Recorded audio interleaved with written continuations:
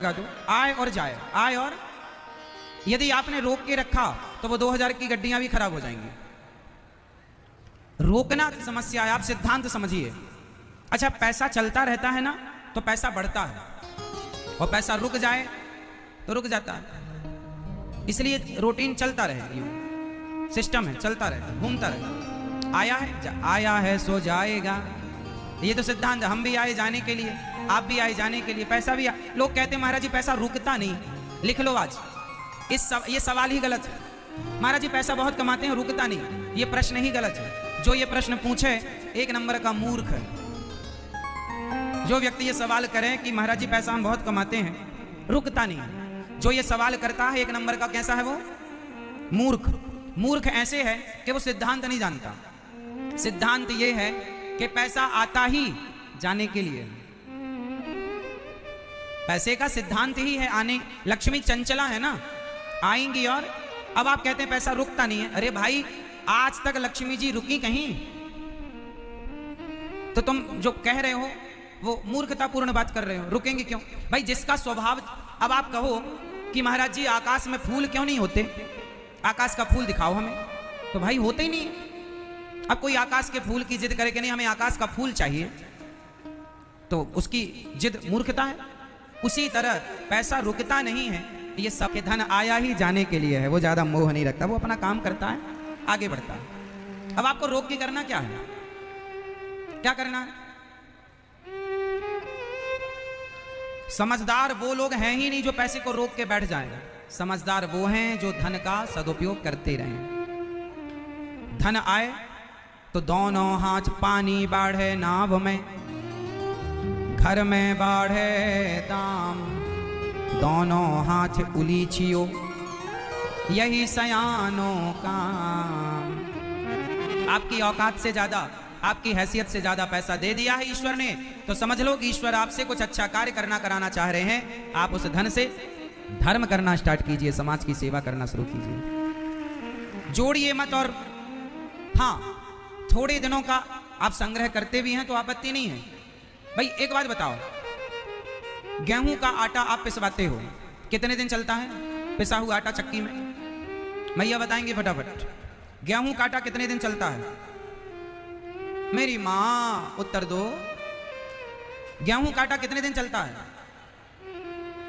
कितने दिन? भैया बताओ, बेटा आप बताओ। हाँ, गेहूं का आटा बहुत अच्छे से रख रखाव से रखा जाएगा तो अधिक से अधिक 1 महीना, अधिक से अधिक, वरना 15 से 20 दिन। क्यों मेरी मां? सही कह रहा हूं। गेहूं का आटा कितने दिन चलेगा? चलो आप एप्पल सेब खरीद के लाओ, रख दो, कितने दिन चलेंगे? 4 दिन, 6 दिन, और अच्छा रख रखाव है तो 10 दिन, है ना? कोई भी फल आप लेके आओ 10 दिन से ज्यादा नहीं चलेगा। आटा 10 दिन से ज्यादा नहीं चलेगा। चावल भी कुछ महीनों चलता है, पुराना होगा चावल वो और अच्छा माना जाता है, साल 2 साल चावल चलता है ना? आपने देखा है ईश्वर ने, प्रकृति ने जो जो हमें दिया है वो कुछ दिनों के लिए, हाँ या ना? आटा कुछ दिन में खराब हो जाता है तो आप नया पिसवाओ, फल कुछ दिन में खराब हो जाते हैं तो आप नए नए फल एक एक रोज तोड़ करके खाओ। आम इकट्ठे आप रख लो, खराब हो जाएंगे, और पकते जाएं पेड़ से, आप तोड़ तोड़ के खाते जाओ। इसलिए ईश्वर ने देखो चमत्कार, एक पेड़ पर यदि 1000 आम हैं, फॉर एग्जाम्पल एक वृक्ष पर 1000 माना कि आम हैं, तो वो 1000 आम एक साथ नहीं पकते। कभी नोटिस किया आपने? एक कुछ खोगे, संभालने की ताकत है, इसलिए एक आता जाए खाते जाओ फेंकते जाओ, आता जाए खाते जाओ फेंकते जाओ, फेंकते, अगले साल फिर आएगा। अब आम का सीजन गया तो दूसरा सीजन आ जाएगा, उस फल को खाना, उसका जाएगा तीसरे। मतलब प्रकृति आपको कह रही है संग्रह मत करो, और आप प्रकृति के विरुद्ध चल रहे हैं। सालों के लिए संग्रह, ये इसलिए आप परेशान हैं। आज मेरठ में लोग यदि दुखी हैं जो लोग, तो वो इसलिए नहीं कि उनके घर में रोटियां नहीं है, इसलिए नहीं कि उनके पास खाने को या पहनने को या रहने को मकान है ना। आप रोटियों के लिए परेशान नहीं है कोई, आप तिजोरियां भरने के लिए परेशान है। पेट तो सबका भरा है, पेट सबका भरा है, पेट भर जाए इतनी व्यवस्था आपके पास है, अब आप फिर भी रो रहे हैं तो किसके लिए? महाराज जी तिजोरी खाली पड़ी है, बैलेंस नहीं, भरना है। अब उसके लिए बेईमानी करो, भ्रष्टाचार करो, किसी की हत्या करो, गलत काम करो, तो गलत काम करने से तिजोरियां तो भर जाएंगी, पर पुण्य का बैलेंस 0 हो जाएगा। फिर वो पाप जो किया उसको भोगने के लिए नाली का कीड़ा बनना पड़ेगा, दुख उठाना पड़ेगा, कष्ट उठाना पड़ेगा। यही तो चल रहा है सिस्टम। लोग समझते नहीं सिद्धांत। जीवन में वो लोग बहुत सुखी हैं। अच्छा बताओ, सुखी होने का मंत्र क्या है? आपसे मैं पूछूंगा, मुझे नहीं पता, आप बताओ। सुखी होना हो किसी को, आप में से किसी को सुखी होना हो तो क्या करना पड़ेगा? ये बच्चा उत्तर देगा। बेटा उत्तर दो। मैया उत्तर देंगे, झोला लिए वाली मैया। भगवान का नाम, ठीक है आपकी बात कि भगवान का नाम लेने वाला सुखी होता है, पर संतुष्टजनक उत्तर नहीं है। ये मैया बताएंगे पिंक दुपट्टा। सुखी होने के लिए क्या करना पड़ेगा? क्या सुखी होना हो किसी को तो क्या करना पड़ेगा? क्या क्या बता दें अब हम? मैया आप बताओ, मेरी मां लाल मैया। हाँ सिंपल, सुनो। सुखी किसे होना है? उठा लो हाथ, मंत्र ले लेना, याद कर लेना, घर में जाना, आनंद से रहना। अब नीचे करो हाथ। जिसे सुखी रहना है एक मंत्र है, संतोष। क्या है? जिसके जीवन में संतोष आ गया, जिस दिन आ गया उसी दिन से वह संसार का सबसे सुखी व्यक्ति हो गया। संतोष। बिनु संतोष न काम न साईं। बिना संतोष के आप सुखी हो पाएंगे?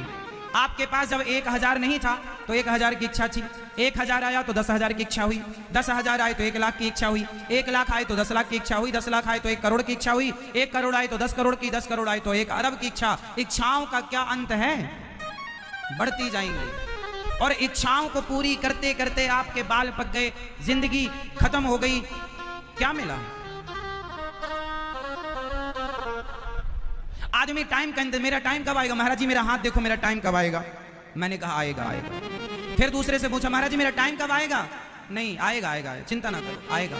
फिर वो शादी कर लिया, किसी ने कहा शादी कर ले, तेरा टाइम अच्छा आएगा, तेरी पत्नी आएगी, अच्छा टाइम चालू होगा। शादी कर ली, दुल्हन आई, अच्छा टाइम आया, नहीं अभी भी मैं सुखी नहीं हूँ, अभी मैं प्रसन्न नहीं हूँ, अच्छा टाइम नहीं आया मेरा। कुछ दिन बाद किसी ने कहा बच्चा हो जाएगा, तेरा टाइम अच्छा हो जाएगा, है ना? अब लो भैया, बच्चा हो गया, बच्चा हो गया, खुश है, अब टाइम आया? नहीं नहीं महाराज जी मैं तो जो चाह रहा था वो मिले ही नहीं, टाइम कब आएगा मेरा? अच्छे मेरे दिन कब आएंगे कि मेरा अच्छा टाइम कब आएगा? लो भैया बेटे का विवाह होगा तब आएगा। बेटे का विवाह होने की स्थिति आ गई, क्यों भैया अच्छा टाइम आया, खुश हो? नहीं महाराज अच्छा टाइम जो मैं चाहता था वो मिला नहीं, वो अच्छा टाइम आया नहीं। एक दिन डॉक्टर के पास गया, डॉक्टर ने कहा भैया ले जाओ, इनका टाइम आ गया।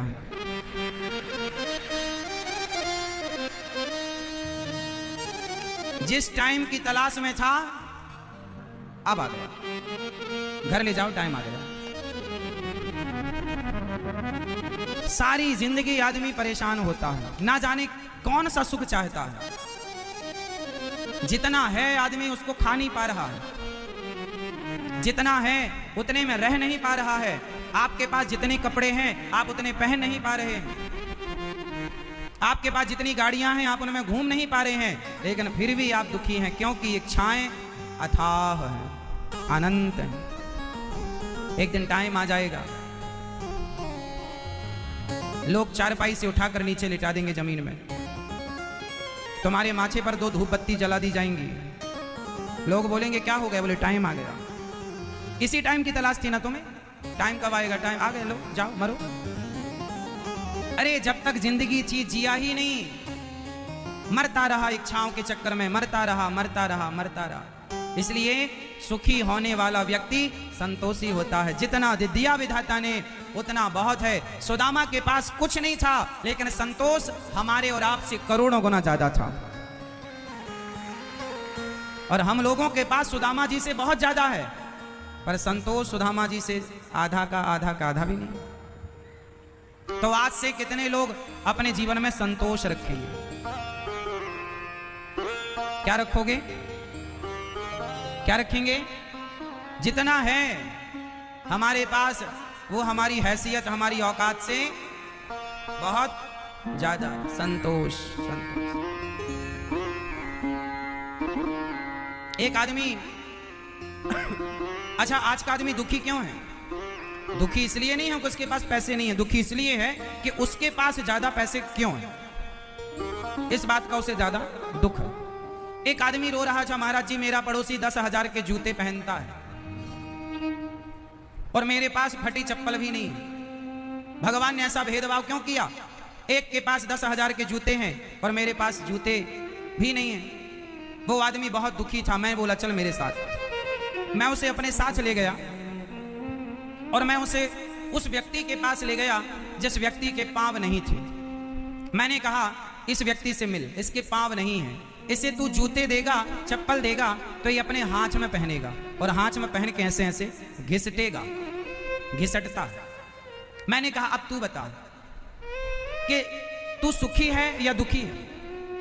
यदि तू तुलना करे 10,000 का जूता पहनने वाले से तो तू दुखी है, और इससे तुलना कर कि इसके पास तो पांव ही नहीं है जूता पहनने को, तो इससे तू सुखी है। यदि सुखी होना है तो अपने से बड़े को नहीं, अपने से छोटे को देखना सीखिए कि हमारे ऊपर ईश्वर ने कितनी बड़ी कृपा की कि कम से कम चप्पल जूते भले ना हो पांव में, पर चलने को पांव हैं। उनसे बेहतर हो आप जिनके पास पांव ही नहीं। चप्पल जूते हाथ में लोग पहन के घिसट रहे हैं, फिर भी आपको शिकायत है भगवान तुमने हमें क्या दिया? वाह क्या दिया? शिकायत ही करते रहोगे या कभी धन्यवाद भी देना सीखोगे? स्थितियां परिस्थितियां बनती रहेंगी, बिगड़ती रहेंगी, लेकिन अपने मन को स्थिर करना सीखिए, अपनी इच्छाओं को कंट्रोल करना सीखिए। संतोष सबसे बड़ा धन है। गौधन, गजधन, बाजधन और रतन धन खान, जब आवे संतोष धन, सब धन धूरी समान। सबसे बड़ा धन है संतोष। इच्छाओं का अंत कर दीजिए। क्या कर दीजिए मेरी मां? इच्छाओं का अंत कर दीजिए और भगवान के चरणों में आत्म समर्पण कर लीजिए। क्या करो मेरी मां? भगवान के चरणों में आत्म समर्पण। और क्या कहना है? भगवान से करते हैं कान्हा तेरा हर पल शुक्रिया। भगवान का क्या करेंगे हर पल? बनाना हो तो क्या होना चाहिए? पहला ऑप्शन है पैसा। पैसा तो आ जाएगा, पैसा बड़ी चीज नहीं।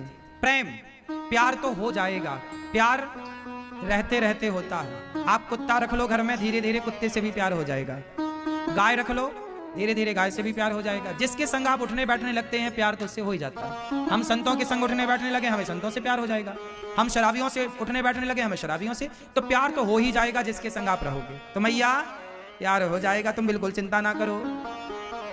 पैसा, प्यार, और चौथी थी समझदारी। समझदारी समय के साथ आती है पीले भैया। कहावत कहते ना गांव में, जस जस भीगे कामरी तस तस भारी होए। कंबल को जितना गीला करोगे उतना उसका वजन बढ़ता है। समय के साथ समझदारी आती है। जैसे आपकी आयु बढ़ेगी वैसे ही आपकी समझदारी बढ़ेगी। ये जितने बूढ़े लोग बैठे हैं ना, इनके पास हमसे ज्यादा समझदारी है, क्योंकि उम्र का भी एक अनुभव है। तो समय के साथ समझदारी आती है। बच्चे कितना भी पढ़ लें, डिग्री आप कितनी भी ले आओ, लेकिन आपका दादाजी यदि अनपढ़ अंगूठा छाप है तो उस अंगूठे छाप बूढ़े दादाजी से भी वो आपसे कई गुना ज्यादा समझदार, क्योंकि उन्होंने उम्र देखी है, समय देखा, तो समय का अनुभव उनको है। तो आपकी डिग्रियों से ज्यादा अनुभव बूढ़ों को होता है बिना डिग्रियों के। क्यों जी, बात सही है? फिर तो समझदारी समय के साथ आएगी। अब बात बची एक, और वो है सहनशीलता। अरे भाई, पत्थर जब छेनी और हथौड़ों की चोट खाता है ना, तो पत्थर भी मूर्ति बन जाता है, भगवान बन जाता है। वो पत्थर छेनी हथौड़ों की चोट ना खाए, ना सहे हथौड़े की चोट, तो क्या कोई पत्थर पूजा जाएगा? जो पत्थर चोट खाकर टूट गया वो कंकड़ बन गया, और जो पत्थर चोट सह गया वो शंकर बन गया। तो आप रिश्तों को चलाने वाला व्यक्ति रिश्तों को वही चला पाएगा जिसके अंदर सहनशीलता होगी। इसलिए पत्नी कुछ कह दे तो सुन लो, पति कुछ कह दे सुन लो, सास कुछ कह दे। पहले लड़ाइयां नहीं होती थी, क्योंकि पहले के लोग सहनशील थे। बहुएं सास की खूब सुन लेती थी, पलट के जवाब नहीं देती थी। आज की बहू 4 नहीं सुने, 2 नहीं सुने, मैं तेरे बाप का खाती हूं क्या, मेरे बाप ने इतना दिया है, क्यों सुनूं? तो पहले के लोग सुनते थे। पति डांटे तो पत्नी चुपचाप सो। आज तो पत्नी चढ़ बैठती, छाती में बोलेगा टैटुआ दबाऊंगी। हाँ, आज सहनशीलता नहीं है। क्यों मेरी मां? आज सहनशील नहीं है जरा सी, सहनशील इसलिए रिश्ते तलाक तलाक तलाक खूब चल रहा है, रिश्ते टूट रहे हैं। पहले सहनशीलता थी, पहले बाप अपने बच्चे को चौराहे पर 10 जूता मारता था। क्यों? पहले यदि बच्चा बीड़ी पीता पकड़ा गया तो बाप चौराहे पे पकड़ता था, वो ये नहीं देखता कि घर के अंदर के बाप पकड़ा 4-10 जूता, जूता जूता ले ले ले। और क्या मजाल के बेटा पलट के एक जवाब दे दे। और आज के बेटे को जरा एक जूता मारो, वो तुम्हें मारने को तैयार है। क्यों जी? तो आज सहनशीलता की कमी है, इसलिए रिश्ते कच्चे हो गए। पहले सहनशील थे लोग तो रिश्ते पक्के थे, क्योंकि सहते थे। आज जहां सहनशीलता है वहां रिश्ते चलेंगे। इसलिए ब्याह करने के पहले सहनशील हो जाना। आपके अंदर सहनशीलता आ जाए तो विवाह करना, और सहनशीलता ना आए तो बिल्कुल ब्याह ना करना। मैया सहनशील हो, सास की पति की 2 बातें सुन लोगी तो ब्याह करना, वरना कुंवारे रहो मस्त। और छोरा तुम्हें भी लुगाई की 2 बातें सुननी पड़ेंगी। 2 बातें सुन लेना तो ब्याह करना, नहीं सुन पाओ तो बिल्कुल ना जिंदगी तबाह करना अपनी। क्यों भैया चश्मा वाले भैया, पत्नी सुनाती है कि नहीं आपकी?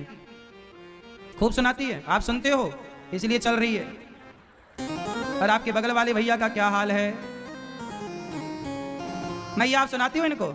अच्छा सुनाया करो, हम आपके साथ हैं। शादी की है तो सुनना तो पड़ेगा। तो ब्याह करने के पहले सहनशील हो जाना, पत्नी कुछ कहे सुन लेना, पत्नी को पलट के जवाब ना देना। पत्नियों को वैसे जवाब देने से कुछ होगा भी नहीं। शंकर जी समझा ना पाए माता सती को, तुम समझा पाओगे? इसलिए जो पत्नी कहे वो मान लो। रिश्ते चलाने हैं तो 2 तुम कहो 2 हम कहें, तुम सुनो हम सुने, रिश्ते चलेंगे। क्यों मेरी माँ? सहनशीलता जरूरी है या नहीं? भाई भाई में क्या, भाई भाई के रिश्ते आज वही अच्छे हैं जहां सहनशीलता है। भाई ने कुछ कह दिया, हमने अरे भाई है कोई बात नहीं, यदि सह गए तो भाई के रिश्ते रह गए, और यदि नहीं सहे तो भाई के रिश्ते कोर्ट कचहरी पहुंच जाते हैं। क्यों जी? बात सही है। जेठानी देवरानी सह गई तो रिश्ते अच्छे हैं, और नहीं सही तो अलग अलग हो गई। उसकी बेटी के ब्याह में वो नहीं जा रही, उसकी बेटी के ब्याह में वो नहीं जा रही है। आज सगी जेठानी अपनी देवरानी के घर नहीं जाती बेटी के ब्याह में, सगी देवरानी जेठानी नहीं आती उसके घर में देवरानी। क्यों? क्योंकि आप लोगों ने इतनी बड़ी डिग्रियां तो पाई। कहते हैं फैक्ट्री चलाना आसान है, बिजनेस चलाना, बिजनेस करना आसान है। भारत दुनिया का सबसे बड़ा आदमी है बिल गेट्स। दुनिया का सबसे बड़ा आदमी, भैया सुनो, दुनिया का सबसे बड़ा आदमी बिल गेट्स है। इतना पैसा है कि पाकिस्तान जैसे 10-20 देश वो एक दिन में खरीद सकता है। इतना पैसा उसके पास, इतना बड़ा बिजनेसमैन है बिल गेट्स। लेकिन सोचिए कि 27 साल बाद उसकी पत्नी ने उससे तलाक ले लिया, बिल गेट्स की पत्नी ने। क्यों? क्योंकि बिल गेट्स सफल व्यापारी तो बन गया, बिल गेट्स सफल बिजनेसमैन तो बन गया। बिल गेट्स को व्यापार चलाना तो आ गया, पर बिल गेट्स को परिवार चलाना नहीं आया। जरूरी नहीं है कि जो अच्छा व्यापार चलाए वो परिवार को अच्छे से चलाए। व्यापार चलाना अलग बात है और परिवार चलाना अलग बात है। और मेरा मानना है कि सफल व्यक्ति वो नहीं जो अच्छा व्यापार चलाए, सफल व्यक्ति वो है जो अच्छा परिवार चलाए। बताइए सफल आप किसे मानते हैं? अच्छा व्यापार चलाने वाले को कि अच्छा परिवार चलाने वाले को? जोर से। अच्छा परिवार, अच्छा परिवार चलाने वाला सफल है। मेरा मानना है कि मरने के बाद रोना नहीं चाहिए। जीते जी व्यक्ति जब तक है उसका आदर सम्मान करके खुशी खुशी रहना चाहिए। क्यों भैया? माँ जिंदा है, बेटा पानी नहीं पिला रहा है, माँ जिंदा है, बेटा रोटी नहीं दे रहा है, मर गई तो फोटो को माला पहना रहा, रो रहा माँ माँ माँ। ये तुम ढोंग अच्छा से कर रहे हो। सास जिंदा होती है, बहू गिलास भर पानी नहीं देती, पर सास मर जाए तो बहू फ्रंट में बैठ के रोती है। पर कई बहुएं तो रोती रोती बेहोश हो जाती हैं। ये वही बहुएं हैं, सास जिंदा थी पानी नहीं पिलाया, मर गई तो देखो बेहोश हो रही है। भगवान सब देख रहे हैं। इसलिए यथार्थ में जियो, इंसानों के जीते जी काम आओ। हमारे मरने के बाद आप आएंगे ना रोने, हम ना देखेंगे कि आप कितना आंसू बहा रहे हैं। हमारे मरने के बाद कहना अनिरुद्धाचार्य बहुत अच्छे थे। अरे मरने के बाद हमें पता ही ना लगेगा कि तुम हमें अच्छा कह रहे हो कि बुरा कह रहे हो। हमें नहीं चाहिए कि तुम मरने के बाद हमारे पास आओ और रो। हम चाहते हैं कि जीते जी जब तक हम हैं अच्छा काम करो और अच्छे काम का साथ दो। यदि ये दास अनिरुद्ध अच्छा काम कर रहा है तो उस अच्छे काम में साथ दो। रोने के लिए तो लोग इकट्ठे हो ही जाते हैं आखिरी में, रोने वालों की जरूरत ही नहीं है। क्यों? इसलिए रोना ठीक नहीं है, साथ देना। सीता माँ जब गई, रावण ले गया तो जटायु रोए नहीं, अरे सीता मैया को ले गया रावण, चलो रोए। रोने से क्या होगा? जटायु लड़े। जटायु रावण से, ए रावण छोड़ दे सीता मैया को, रे रे दुष्ट ठाण के न होई, खड़ा हो जाओ। गुस्सा किया जटायु जी, है ना? तो रोने से ना होगा। द्रौपदी की साड़ी खिंच रही है और भीष्म पितामह रो रहे हैं, मेरी बहू की साड़ी खिंच रही है। अरे रो क्यों रहे हो? निकालो अपना धनुष, ताकत है, बाण मारो। रोने से क्या होगा? हम मर जाएंगे तो रोने से क्या होगा? जब तक जिंदा है आपकी सास, जिंदा है आपका पति, जिंदा है आपके अपने लोग, भाई जिंदा है, साथ दो उसका। मर जाएगा भाई तो रोने तो तुम जाओगे। जेठानी मर जाएगी तो देवरानी तो रोने जाएगी, देवरानी मरेगी तो जेठानी रोने आएगी। तो रोने तो आए हो साथ, जब जिंदा थे लोग, भाई भौजाई, जेठानी देवरानी जिंदा थी तब तो तुमने साथ दिया नहीं। अब मर गए तो लड़ुआ खाने आ गए, गुलाब जामुन एक और ले आओ। अरे ऐसे नाटकबाजों की जरूरत नहीं है। हमें उन लोगों की जरूरत नहीं है जो मरने के बाद आए, हमें उन लोगों की जरूरत है जो जीते जी साथ दें। क्यों मेरी माँ? भाई का साथ जीते जी दो, नहीं देना चाहिए जीते जी। जीते जी तुम उसके घर नहीं जा रहे हो, मरने के बाद रोने पहुंच गए, तो रोने वालों की कमी थी कि तुम आए हो। एक लड़की थी, उसका नाम था शक्को। घटना मंदिर की है, पंडरीनाथ भगवान के मंदिर की। वो कन्या अनाथ थी, ना बाप था ना माँ थी। बचपन में ही कोई उसे मंदिर में छोड़ के चला गए हैं। ऐसे रोज कथाएं सुन सुनकर हम अपने मन को शुद्ध करते हैं। रोज कथा सुननी चाहिए। बात समझ में आई? मन रोज गंदा होता है कि एक बार गंदा होता है? रोज नाना प्रकार के विचार रोज आते हैं। कभी मन बड़ा प्रफुल्लित होता है, कभी मन उदास हो जाता है अपने आप। कभी मन में अच्छे विचार अपने आप आ जाते हैं, कभी अपने आप गलत गलत विचार आने लग जाते हैं। तो मन रोज वही प्रकृति का अंश है ना मन। जैसे शरीर रोज गंदा होगा, है ना?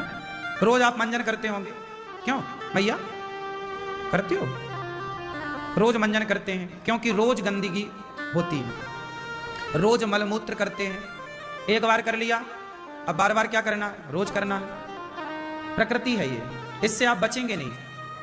इसके बिना गुजारा किसी का नहीं है। कोई ऐसा है जो मलमूत्र ना करे? रोज ना करे तो मर जाएगा, रुक जाए किसी की तो मर जाए। फिर ये प्रकृति है, इसके बिना गुजारा किसी का नहीं। इसी तरह मन है, मन बार बार गंदा होए तो बार बार साफ करो।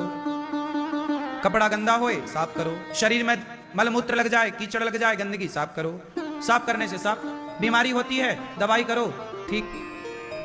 ऐसे सत्संग है। सत्संग वह पानी है जो पानी गंगा का पानी, गंगा का जल शरीर के पापों को नष्ट कर देता है। लेकिन कथा का जल, कथा मन के तमाम पापों को समाप्त कर देती है। एक तन के पाप धुलती है, एक मन के पाप को धुलती है। गंगा दो है, एक भागवती गंगा, एक भागीरथी गंगा। भागवती गंगा ये है जो आप सुन रहे हैं, भागीरथी गंगा वो है जो बह रही है गंगोत्री से लेकर गंगा सागर तक। दो गंगा है, एक गंगा तन के पापों को समाप्त करती है, एक गंगा मन के पापों को समाप्त करती है। पाप कितने तरह से होते हैं? कितने तरह से पाप होते हैं जरा बताओ। पाप कहां कहां से होते हैं? बोलो कहां से? 3 जगह से पाप होते हैं। बोलो मनसा, बोलो मनसा, वाचा, कर्मणा। मनसा, वाचा, कर्मणा, 3 जगह से पाप होते हैं। या तो मन से पाप होते हैं, जैसे आपने सोचा उसका नाश हो जाए, उसका ऐसा हो जाए। ये आपने किया कुछ नहीं, पर सोचा उसका नुकसान हो जाए, उसका ये हो जाए, ये हो जाए। जब आपको गुस्सा आती है तो आप बहुत उल्टा सीधा किसी के बारे में सोच लेते, करते नहीं है। गुस्सा आया ना, सोच लिया उसने मेरा बिगाड़ा, हे भगवान उसका भी बिगाड़ना, हे ऐसा हो जाए वैसा। ये सब अपराध है मन से। आपने मन से किसी के बारे में गलत सोचा, ये मनसा है। मनसा पाप। वाचा, आपने किसी को थप्पड़ नहीं मारा लेकिन बोल दिया इतना कड़वा कि सामने वाला रो पड़ा। आपने ऐसा बोल दिया जैसे आप मुझे कुछ ऐसा बोल दें कि मेरी आंखों से आंसू आ जाए कि देखो जैसे कोई आदमी बहुत अच्छा काम कर रहा है और आप उसे ढोंगी कह दो, पाखंडी कह दो, गलत कह दो, तो बेचारा वो रो पड़ेगा कि देखो एक तो हम भला कर रहे हैं, ऊपर से आप हमें ये कह रहे हैं। तो ये वाणी से पाप हो गया। कहां से पाप हो गया? आपने किसी का दिल दुखाया। वाणी से किसी को प्रसन्न भी किया जा सकता है। अच्छा बोलो, प्रसन्न हो जाएगा, लेकिन बुरा कहो। जैसे बेटा अपने बाप को कह दे, तुमने हमारे लिए बुढ़े किया ही क्या है। एक बेटा अपने बाप से कहे, तुमने हमारे लिए क्या किया, क्या किया। बाप रो पड़ेगा, राम राम राम। बेटा कह रहे हैं क्या किया। तुम क्या जानो कि बाप ने क्या किया। जब तुम खुद एक पिता बनोगे तब पता लगा पाओगे कि बाप क्या करता है अपनी संतान के लिए। आपने बोल दिया और बिंदास आप जाके सो गए रजाई ओढ़ के, ठंडी और मस्त। लेकिन जिससे बोला है ना वो करवट बदल रहा है। नहीं, आप लोग बोलते हो ना, आप बोल के भूल जाते हो। जैसे आपने हमें कुछ बोला, अपने माँ को कुछ बोला, पिता को कुछ बोला, मित्रों को कुछ बोला, बोल गए ना, आप बोल के भूल जाओगे। लेकिन जिसे बोला है ना उसे नींद नहीं आएगी, करवट बदलेगा वो। हाँ या ना? पति कुछ बोल देता है, पति बोल के सो जाता है, पत्नी बेचारी रात भर रोती है। पत्नी ने कुछ बोल दिया, पत्नी साथ सो जाए, पति बेचारा करवट। तो ये शब्दों के तीर हैं। तुम सुनो हम सुने, रिश्ते चलेंगे क्यों मेरी माँ। सहनशीलता जरूरी है या नहीं? भाई भाई में क्या, भाई भाई के रिश्ते आज वही अच्छे हैं जहां सहनशीलता है। भाई ने कुछ कह दिया, हमने अरे भाई है कोई बात नहीं। यदि सह गए तो भाई के रिश्ते रह गए, और यदि नहीं सहे तो भाई के रिश्ते कोर्ट कचहरी पहुंच जाते हैं। क्यों जी, बात सही है। जेठानी देवरानी सह गई तो रिश्ते अच्छे हैं, और नहीं सही तो अलग अलग हो गई। उसकी बेटी के ब्याह में वो नहीं जा रही, उसकी बेटी के ब्याह में वो नहीं जा रही है। आज सगी जेठानी अपनी देवरानी के घर नहीं जाती बेटी के ब्याह में, सगी देवरानी जेठानी नहीं आती उसके घर में देवरानी। क्यों? क्योंकि आप लोगों ने इतनी बड़ी डिग्रियां तो पाई। कहते हैं फैक्ट्री चलाना आसान है, बिजनेस चलाना, बिजनेस करना आसान है। भारत दुनिया का सबसे बड़ा आदमी है बिल गेट्स। दुनिया का सबसे बड़ा आदमी, भैया सुनो, दुनिया का सबसे बड़ा आदमी बिल गेट्स है। इतना पैसा है, इतना पैसा है कि पाकिस्तान जैसे 10-20 देश वो एक दिन में खरीद सकता है। इतना पैसा उसके पास, इतना बड़ा बिजनेसमैन है बिल गेट्स। लेकिन सोचिए कि 27 साल बाद उसकी पत्नी ने उससे तलाक ले लिया, बिल गेट्स की पत्नी ने। क्यों? क्योंकि बिल गेट्स सफल व्यापारी तो बन गया, बिल गेट्स सफल बिजनेसमैन तो बन गया। बिल गेट्स को व्यापार चलाना तो आ गया, पर बिल गेट्स को परिवार चलाना नहीं आया। जरूरी नहीं है कि जो अच्छा व्यापार चलाए वो परिवार को अच्छे से चलाए। व्यापार चलाना अलग बात है और परिवार चलाना अलग बात है। और मेरा मानना है कि सफल व्यक्ति वो नहीं जो अच्छा व्यापार चलाए, सफल व्यक्ति वो है जो अच्छा परिवार चलाए। बताइए सफल आप किसे मानते हैं, अच्छा व्यापार चलाने वाले को कि अच्छा परिवार चलाने वाले को? जोर से। अच्छा अच्छा अच्छा परिवार, अच्छा परिवार चलाने वाला सफल है। मेरा मानना है कि मरने के बाद रोना नहीं चाहिए। जीते जी व्यक्ति जब तक है उसका आदर सम्मान करके खुशी खुशी रहना चाहिए। क्यों भैया? माँ जिंदा है, बेटा पानी नहीं पिला रहा है, माँ जिंदा है, बेटा रोटी नहीं दे रहा है, मर गई तो फोटो को माला पहना रहा, रो रहा माँ माँ माँ। ये तुम ढोंग अच्छा से कर रहे हो। सास जिंदा होती है, बहू गिलास भर पानी नहीं देती, और सास मर जाए तो बहू फ्रंट में बैठ के रोती है। पर कई बहुएं तो रोती रोती बेहोश हो जाती हैं। ये वही बहुएं हैं, सास जिंदा थी पानी नहीं पिलाया, मर गई तो देखो बेहोश हो रही है। भगवान सब देख रहे हैं। इसलिए यथार्थ में जियो, इंसानों के जीते जी काम आओ। हमारे मरने के बाद आप आएंगे ना रोने, हम ना देखेंगे कि आप कितना आंसू बहा रहे हैं। हमारे मरने के बाद कहना अनिरुद्धाचार्य बहुत अच्छे थे। अरे मरने के बाद हमें पता ही ना लगेगा कि तुम हमें अच्छा कह रहे हो कि बुरा कह रहे हो। हमें नहीं चाहिए कि तुम मरने के बाद हमारे पास आओ और रो। हम चाहते हैं कि जीते जी जब तक हम हैं अच्छा काम करो और अच्छे काम का साथ दो। यदि ये दास अनिरुद्ध अच्छा काम कर रहा है तो उस अच्छे काम में साथ दो। रोने के लिए तो लोग इकट्ठे हो ही जाते हैं आखिरी में, रोने वालों की जरूरत ही नहीं है। क्यों? इसलिए रोना ठीक नहीं है, साथ देना। सीता माँ जब गई, रावण ले गया तो जटायु रोए नहीं, अरे सीता मैया को ले गया रावण चलो रोए। रोने से क्या होगा? जटायु लड़े, जटायु रावण से, ए रावण छोड़ दे सीता मैया को, रे रे दुष्ट ठाण के न होई, खड़ा हो जाओ। गुस्सा किया जटायु जी, है ना? तो रोने से ना होगा, द्रौपदी की साड़ी खिंच रही है और भीष्म पितामह रो रहे हैं, मेरी बहू की साड़ी खिंच रही है। अरे रो क्यों रहे हो? निकालो अपना धनुष, ताकत है, बाण मारो। रोने से क्या होगा? हम मर जाएंगे तो रोने से क्या होगा? जब तक जिंदा है आपकी सास, जिंदा है आपका पति, जिंदा है आपके अपने लोग, भाई जिंदा है साथ दोस्त का, मर जाएगा भाई तो रोने तो तुम जाओगे।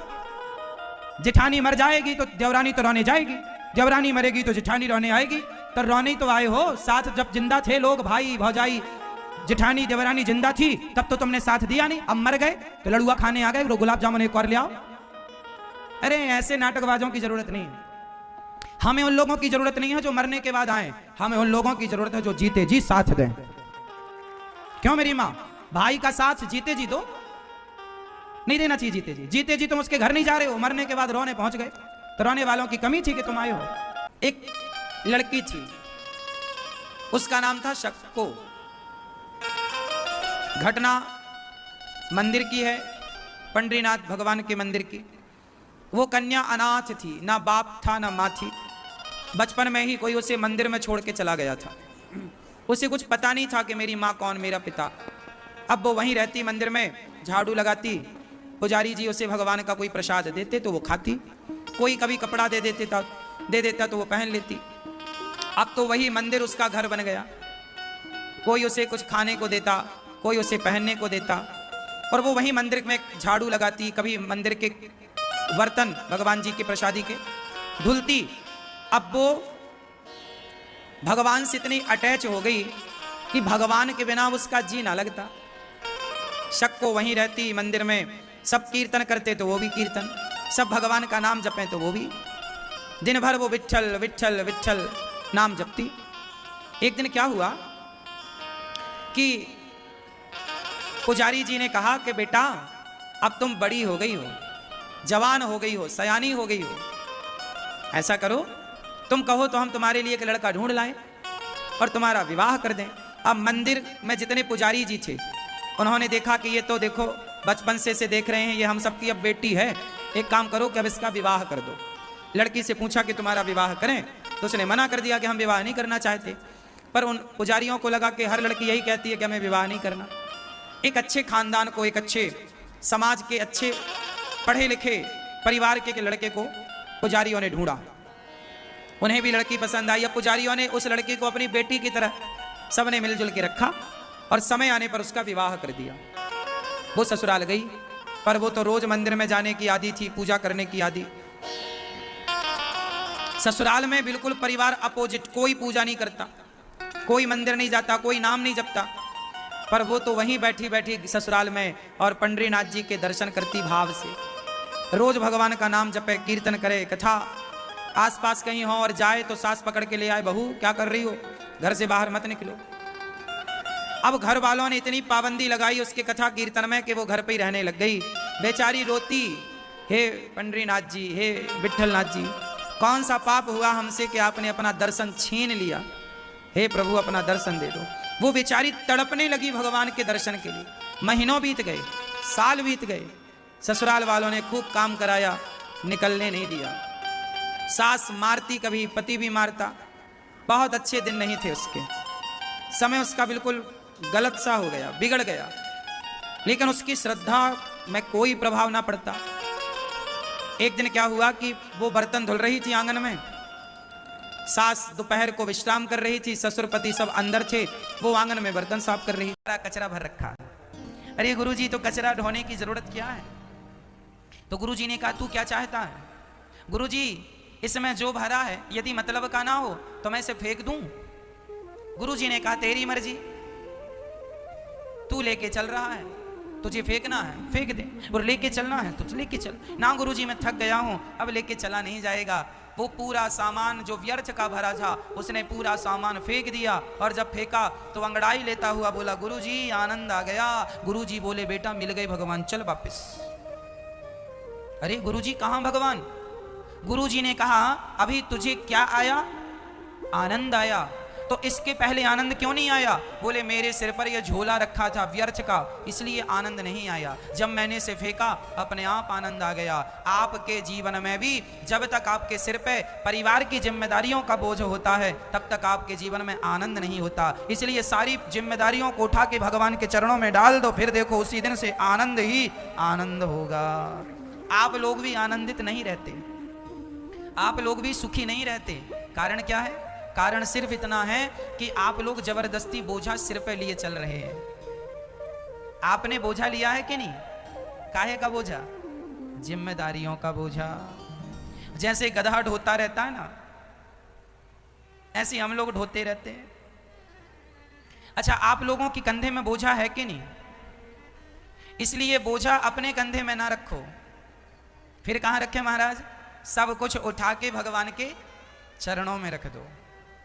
जब भगवान के चरणों में रख दोगे तो फिर भगवान अपनी जिम्मेदारी से चलाएंगे। तुम जबरदस्ती क्यों अपने सिर पे रखे हो? भगवान तो एक उंगली से गोवर्धन को उठा लेते हैं। यदि पहाड़ को उठा सकते हैं तो क्या तुम्हारी छोटी सी जिम्मेदारी का पहाड़ भगवान नहीं उठा सकते? भगवान कहते हैं तुम दो अपना परिवार हमें, अर्थात तुम सब टेंशन हमें दे दो और तुम निश्चिंत हो जाओ।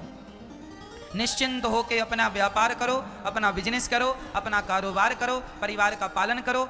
जिम्मेदारियां हम उठा लेंगे, तुम केवल अपना कर्तव्य करते रहो। कर्मण्येवादी कारस्ते, कर्म करते रहो, बाकी टेंशन मत लो। आप लोग टेंशन ले लेते महाराज जी, अब क्या होगा, अब क्या होगा, अब क्या होगा। अब वही होगा, हुई है सोए जो राम रचि राखा, को करि तर्क बढ़ावहि सा।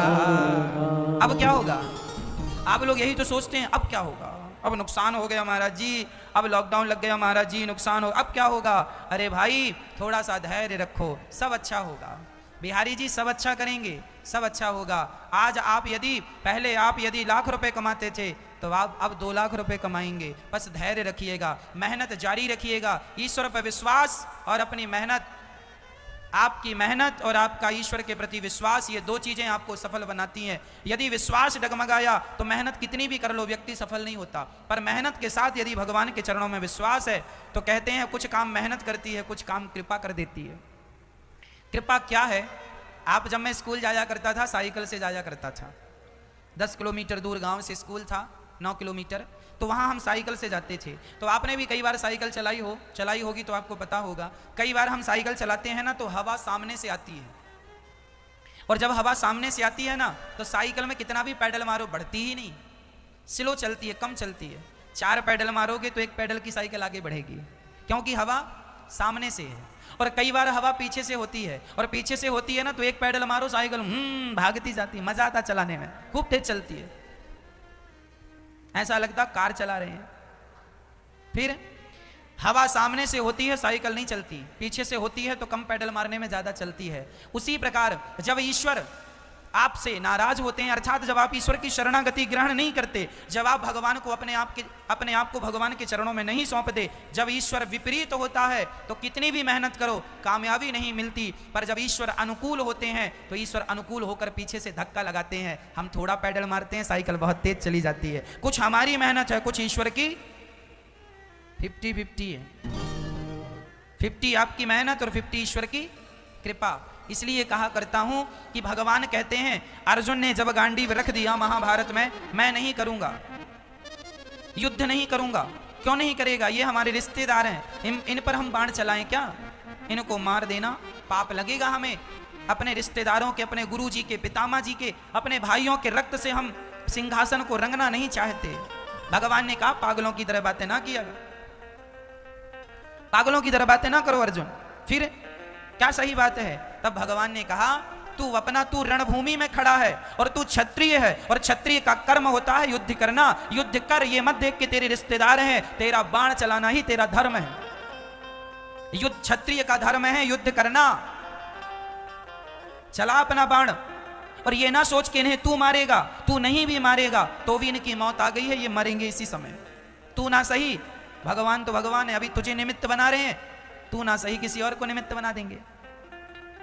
इसलिए तुम अपना कर्म करो, ईश्वर अपना काम करेंगे। अर्जुन ने सिर्फ बाण चलाए थे भक्तों, और जो बाण अर्जुन ने चलाए ना वो तो आगे जाके गिर जाते थे। उन बाणों को शक्ति प्रदान करने का काम भगवान श्री कृष्ण का सुदर्शन किया करता था। ये काम सुदर्शन चक्र का था। सारा महाभारत भगवान कृष्ण ने लड़ा और जीता, पर भगवान ने ना हाथ लगाया ना पांव लगाए और महाभारत जीत गए। अर्जुन को निमित्त बना दिया।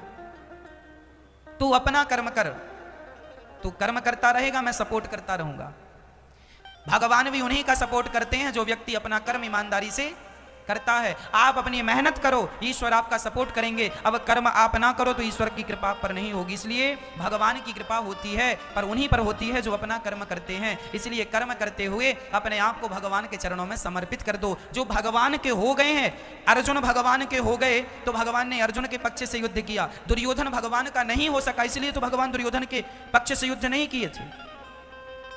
अब आप कहेंगे देखो भगवान की नजर में तो अर्जुन और दुर्योधन दोनों एक ही हैं, क्योंकि भगवान तो त्वमेव माता च पिता, भगवान तो सबके माता पिता हैं। भगवान थोड़ी पक्षपाती होते हैं, लेकिन भगवान पक्षपाती नहीं होते। पर यह भी सत्य है कि भगवान अपने भक्तों का पक्ष लेते हैं। जो दुर्योधन भगवान को मारने के लिए खड़ा हो गया था, जब भगवान शांति दूत बन के गए कि महाभारत ना हो, इसके लिए पांडवों को 5 गांव दे दो, तो दुर्योधन भगवान को बंदी बनाने को खड़ा हो गया, मैं तुम्हें बंदी बनाऊंगा। और अर्जुन सदा अपने आप को भगवान के चरणों में डाल दिया करते थे। तो जो भगवान के चरणों में समर्पित है, ईश्वर सदा उन्हीं के साथ खड़े होंगे। और जो भगवान से विरोध रखते हैं, भक्ति करते नहीं, भगवान उनके पक्ष में खड़े होकर क्या करेंगे। इसलिए मैं आपसे कहता हूं कि आप यदि भगवान के चरणों में अपनी शरणागति कर देते हैं तो जैसे अर्जुन का पक्ष भगवान ने लिया, आपका पक्ष भी भगवान जरूर लेंगे, आपका पक्ष भी भगवान जरूर रखेंगे। कब? जब आप उनके हो जाएंगे। और क्या रखा है जमाने में, है ना, क्या रखा है जमाने की रिश्तेदारी में। हम तो भगवान से रिश्तेदारी रखें।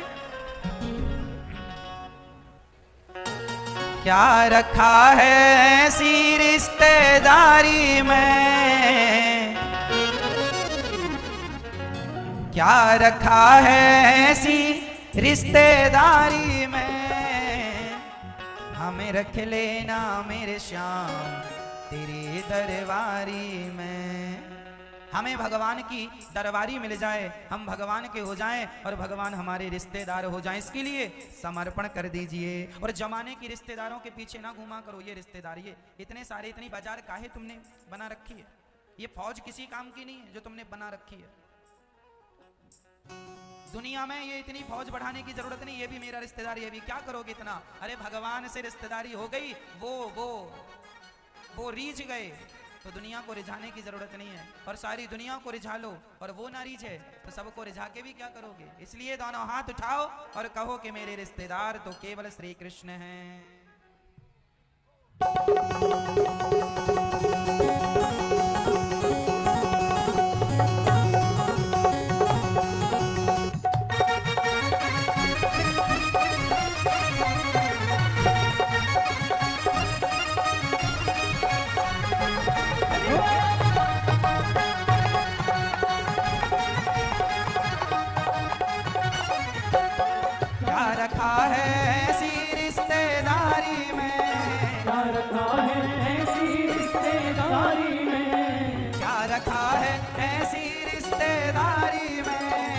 रखा है ऐसी रिश्तेदारी में, हमें रख ले, हमें रख ले, हमें रख लेना मेरे श्याम तेरी दरबारी में, हमें रख लेना मेरे श्याम तेरी दरबारी में। क्या रखा है ऐसी रिश्तेदारी में, क्या रखा है ऐसी रिश्तेदारी में, हमें रख ले, हमें रख ले, हमें रख लेना मेरे श्याम तेरी दरबारी में, हमें रख लेना मेरे श्याम तेरी दरबारी में।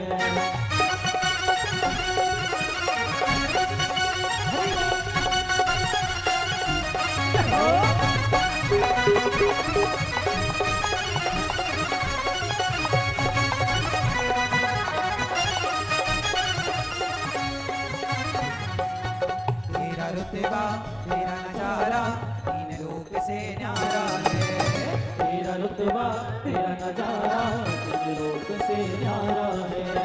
दिल भर मेरे तुम सन कोई लगता मुझको प्यारा है। दिलवर मेरे तुमसा न कोई लगता मुझको प्यारा है।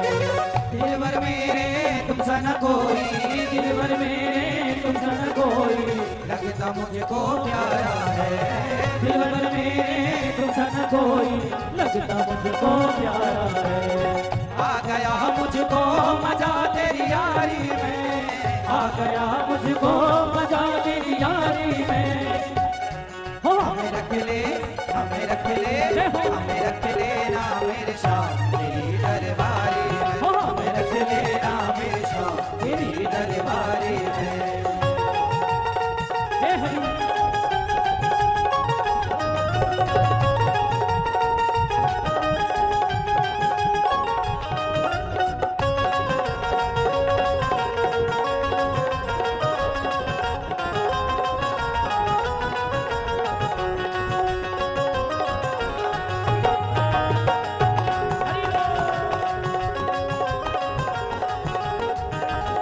जो भरा है यदि मतलब का ना हो तो मैं इसे फेंक दूं। गुरुजी ने कहा तेरी मर्जी, तू लेके चल रहा है, तुझे फेंकना है फेंक दे, और लेके चलना है तो लेके चल। ना गुरुजी मैं थक गया हूं, अब लेके चला नहीं जाएगा। वो पूरा सामान जो व्यर्थ का भरा था उसने पूरा सामान फेंक दिया, और जब फेंका तो अंगड़ाई लेता हुआ बोला गुरुजी आनंद आ गया। गुरुजी बोले बेटा मिल गए भगवान, चल वापिस। अरे गुरुजी कहां भगवान? गुरुजी ने कहा अभी तुझे क्या आया? आनंद आया। तो इसके पहले आनंद क्यों नहीं आया? बोले मेरे सिर पर यह झोला रखा था व्यर्थ का, इसलिए आनंद नहीं आया। जब मैंने इसे फेंका अपने आप आनंद आ गया। आपके जीवन में भी जब तक आपके सिर पे परिवार की जिम्मेदारियों का बोझ होता है तब तक आपके जीवन में आनंद नहीं होता। इसलिए सारी जिम्मेदारियों को उठा के भगवान के चरणों में डाल दो, फिर देखो उसी दिन से आनंद ही आनंद होगा। आप लोग भी आनंदित नहीं रहते, आप लोग भी सुखी नहीं रहते। कारण क्या है? कारण सिर्फ इतना है कि आप लोग जबरदस्ती बोझा सिर पे लिए चल रहे हैं।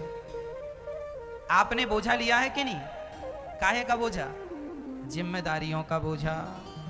जैसे गधा ढोता रहता है ना, ऐसे हम लोग ढोते रहते हैं।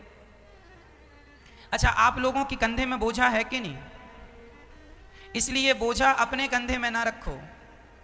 फिर कहां रखे महाराज? सब कुछ उठा के भगवान के चरणों में रख दो। जब भगवान के चरणों में रख दोगे तो फिर भगवान अपनी जिम्मेदारी से चलाएंगे। तुम जबरदस्ती क्यों अपने सिर पे रखे हो? भगवान तो एक उंगली से गोवर्धन को उठा लेते हैं। यदि पहाड़ को उठा सकते हैं तो क्या तुम्हारी छोटी सी जिम्मेदारी का पहाड़ भगवान नहीं उठा सकते? भगवान कहते हैं तुम दो अपना परिवार हमें, अर्थात तुम सब टेंशन हमें दे दो और तुम निश्चिंत हो जाओ। निश्चिंत होकर अपना व्यापार करो, अपना बिजनेस करो, अपना कारोबार करो, परिवार का पालन करो। जिम्मेदारियां हम उठा लेंगे, तुम केवल अपना कर्तव्य करते रहो। कर्मण्येवाधिकारस्ते, कर्म करते रहो, बाकी टेंशन मत लो। आप लोग टेंशन ले लेते महाराज जी, अब क्या होगा, अब क्या होगा, अब क्या होगा। अब वही होगा, हुई है सोए जो राम रचि राखा, को करि तर्क बढ़ावहि सा। अब क्या होगा? आप लोग यही तो सोचते हैं अब क्या होगा, अब नुकसान हो गया महाराज जी, अब लॉकडाउन लग गया महाराज जी, नुकसान हो, अब क्या होगा। अरे भाई थोड़ा सा धैर्य रखो, सब अच्छा होगा। बिहारी जी सब अच्छा करेंगे, सब अच्छा होगा। आज आप यदि पहले आप यदि लाख रुपए कमाते थे तो आप अब 2 लाख रुपए कमाएंगे। बस धैर्य रखिएगा, मेहनत जारी रखिएगा, ईश्वर पर विश्वास और अपनी मेहनत, आपकी मेहनत और आपका ईश्वर के प्रति विश्वास, ये 2 चीजें आपको सफल बनाती हैं। यदि विश्वास डगमगाया तो मेहनत कितनी भी कर लो व्यक्ति सफल नहीं होता, पर मेहनत के साथ यदि भगवान के चरणों में विश्वास है तो कहते हैं कुछ काम मेहनत करती है, कुछ काम कृपा कर देती है। कृपा क्या है?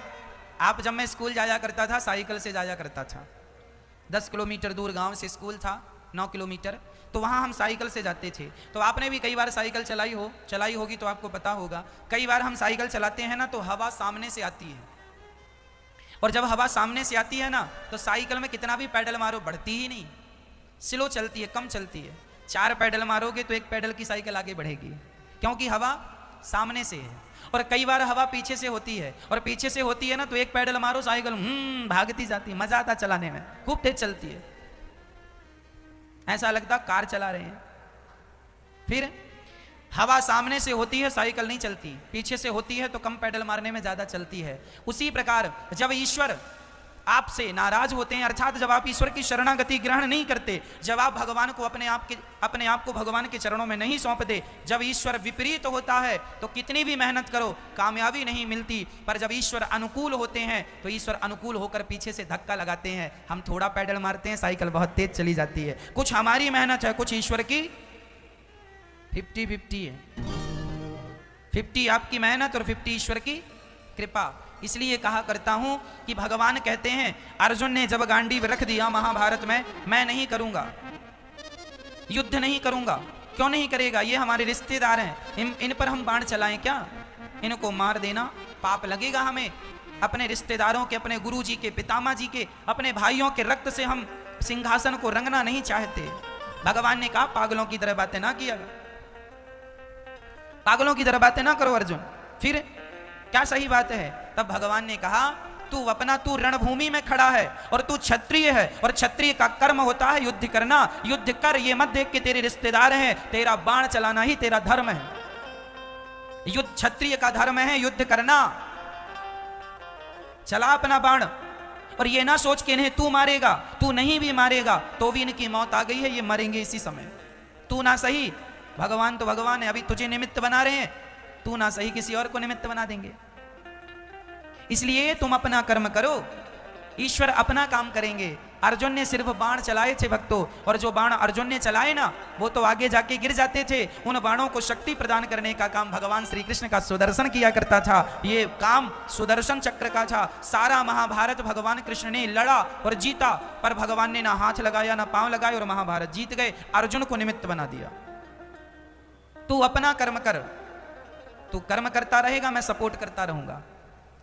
भगवान भी उन्हीं का सपोर्ट करते हैं जो व्यक्ति अपना कर्म ईमानदारी से करता है। आप अपनी मेहनत करो, ईश्वर आपका सपोर्ट करेंगे। अब कर्म आप ना करो तो ईश्वर की कृपा पर नहीं होगी। इसलिए भगवान की कृपा होती है, पर उन्हीं पर होती है जो अपना कर्म करते हैं। इसलिए कर्म करते हुए अपने आप को भगवान के चरणों में समर्पित कर दो। जो भगवान के हो गए हैं, अर्जुन भगवान के हो गए तो भगवान ने अर्जुन के पक्ष से युद्ध किया। दुर्योधन भगवान का नहीं हो सका, इसलिए तो भगवान दुर्योधन के पक्ष से युद्ध नहीं किए थे।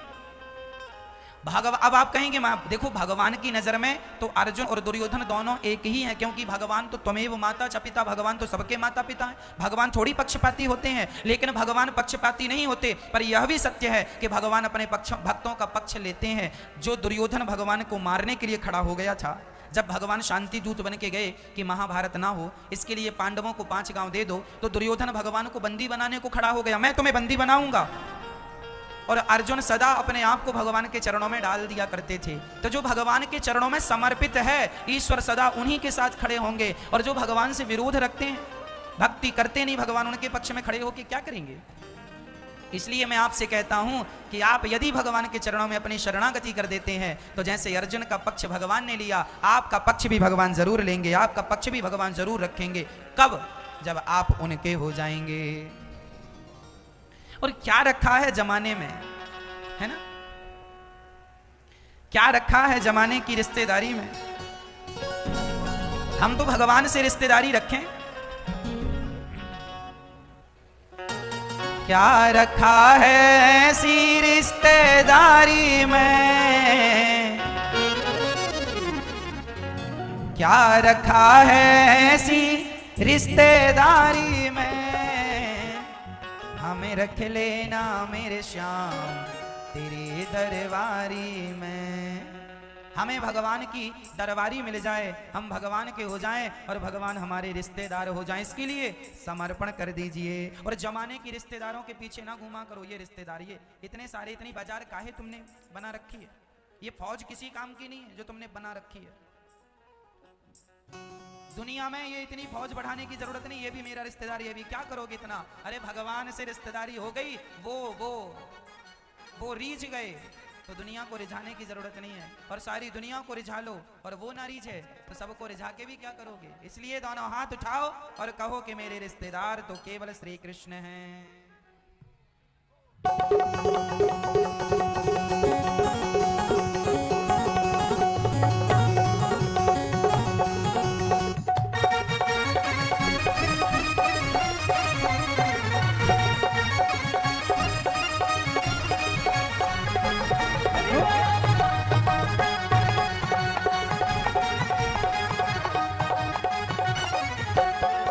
क्या रखा है ऐसी रिश्तेदारी में, क्या रखा है ऐसी रिश्तेदारी में, क्या रखा है ऐसी रिश्तेदारी में, क्या रखा है ऐसी रिश्तेदारी में। हमें रख ले, हमें रख ले, हमें रख लेना मेरे शाह तेरी दरबारी में, हमें रख लेना मेरे शाह तेरी दरबारी में। क्या रखा है ऐसी रिश्तेदारी में, क्या रखा है ऐसी रिश्तेदारी में। हम रख ले, हम रख ले, हम रख लेना मेरे शाह तेरी दरबारी में, हमें रख लेना मेरे शाह तेरी दरबारी में।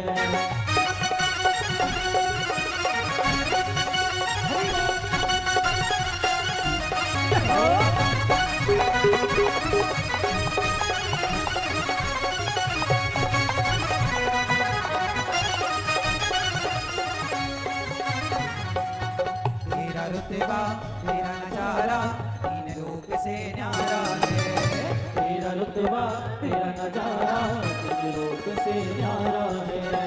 दिलबर मेरे तुमसा न कोई लगता मुझको प्यारा है, दिलबर मेरे तुमसा न कोई लगता मुझको प्यारा है।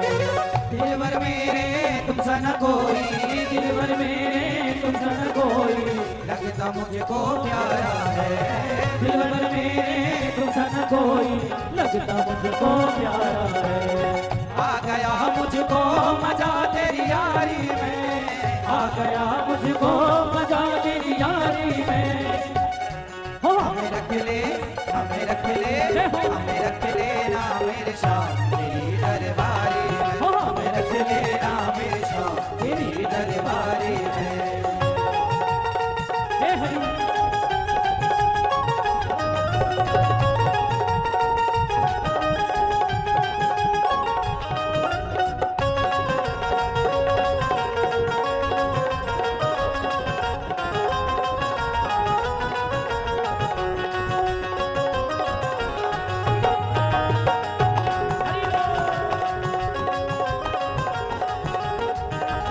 बूढ़ी हो गई, बहुत बूढ़ी, जर्जरता शरीर की, तो अब बेचारी वो लेट हो जाती, तो लेट हो जाती तो भगवान लेट आते। तो एक दिन भगवान ने कहा सुनो तुम बाद में नहा लिया करो, पहले हमें खिचड़ी खिला दो। तो वो जैसे ही उठती तो वो पहले चूल्हा सुलगा करके वो खिचड़ी चढ़ाती और दातून करती जाती, दातून करती जाए और खिचड़ी बनाती जाए। एक तरफ उसकी दातुन मुखारी हो जाए, वो खिचड़ी तैयार हो, और पहले भगवान को बुलाए जगन्नाथ आइए, मेरे नाथ आइए, मेरी खिचड़ी का भोग लगा जाइए। तो जगन्नाथ जी आए, माँ के मुंह पे गोदी पे बैठे और माँ के हाथ से खाएं और माँ मुंह पोंछे, पानी पिवाए और भगवान चले जाएं। कभी लेट होती ना